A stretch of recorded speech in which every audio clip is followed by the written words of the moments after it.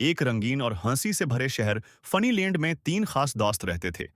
Toffee rocket, एक छोटा मगर सपर तेज केंडी रॉकेट जो हमेशा मजे करने में सबसे आगे रहता। पापी जोस, हंसमुख जूस बोतल जो हर बात में मजाक ढूंढ लेती।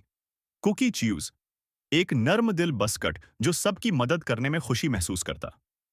एक दिन तीनों दोस्त पार्क में खेल रहे थे कि अचानक एक जोरदार आवाज आई। ओवा वाह!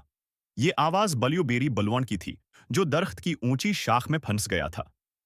टोफी रॉकेट फौरन बोला, मैं सपर फास्ट हूं, बस देखते जाओ।